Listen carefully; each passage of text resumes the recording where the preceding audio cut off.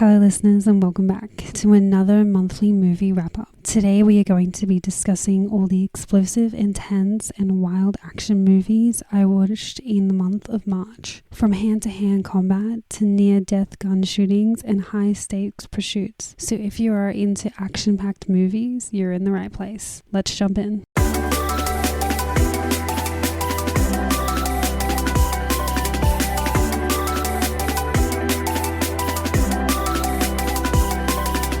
Starting off, let's talk about Abduction, starring Taylor Lautner as Nathan, a teenager who finds his photo on a missing persons website and soon comes to discover that his whole life might be a lie. Before he knows it, he is on the run with his neighbor Karen, played by Lily Collins, dodging the CIA and other known criminals. It's not a high-stakes action film, as it's aimed for more young teen adults. However, it is still a decent watch if you're looking to enjoy more of a comfy light action flick. Jupiter Ascending. Jupiter Ascending is a visually stunning sci-fi ride that picks up and goes all in on its world building. Its scale is huge, the designs are creative, and you can feel yourself immersed into the world. Mila Kunis and Channing Tatum bring a fun energy, and while the story can feel a bit wild, that's also part of its charm. So it's not a bad watch if you just sit back and enjoy the spectacle.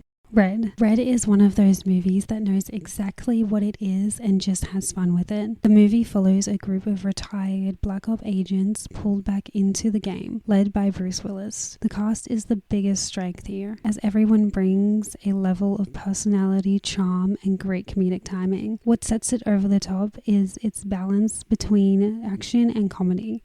Awesome.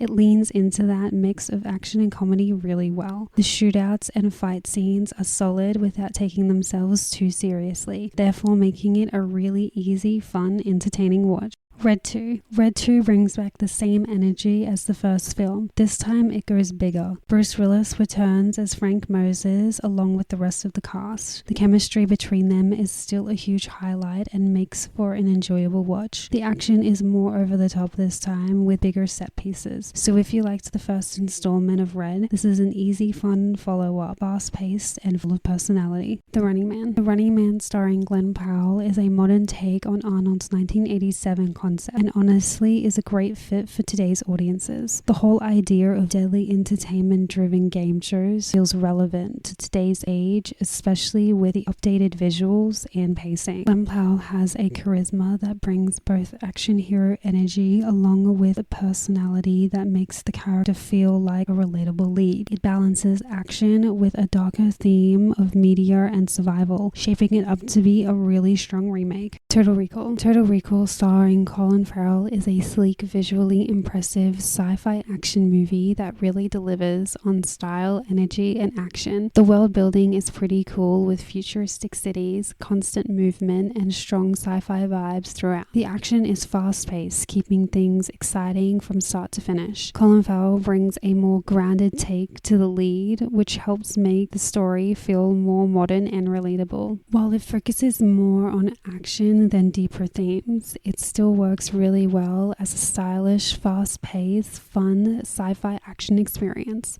Jumper. Jumper is a really cool, unique concept with a lot of potential. The idea of teleporting anywhere in the world instantly is just incredible. Starring Hayden Christensen and Samuel L. Jackson, the movie delivers some fun, fast-paced action and creative use of the teleporting ability. The visuals and concepts definitely carry the film. Unfortunately, you don't get as much depth from the characters as you'd hope. Still, it's an entertaining watch if you are into sci-fi action with unique concept. Nobody 2. Nobody 2 brings back Bob Odenkirk as Hutch, with more action-packed scenes and villains that keep things fast-paced and moving. While it doesn't quite bring the total shock factor that the first one did, the sequel delivers solid chemistry between the characters and a fun mix of action and comedy, making it a solid, satisfying watch for fans of the original. Resident Evil Welcome to Raccoon City. This installment is a reboot dedicated to the games. I've never actually played any of the games, just watched the older Resident Evil movies starring Mila Jovovich as Alice. So for me, the movie didn't deliver. It leans more into horror than action, with plenty of creepy moments that can be appreciated. Plus the atmosphere and setting feel relatively faithful, but the story is lacking and rushed. There was no emotional connection to the characters,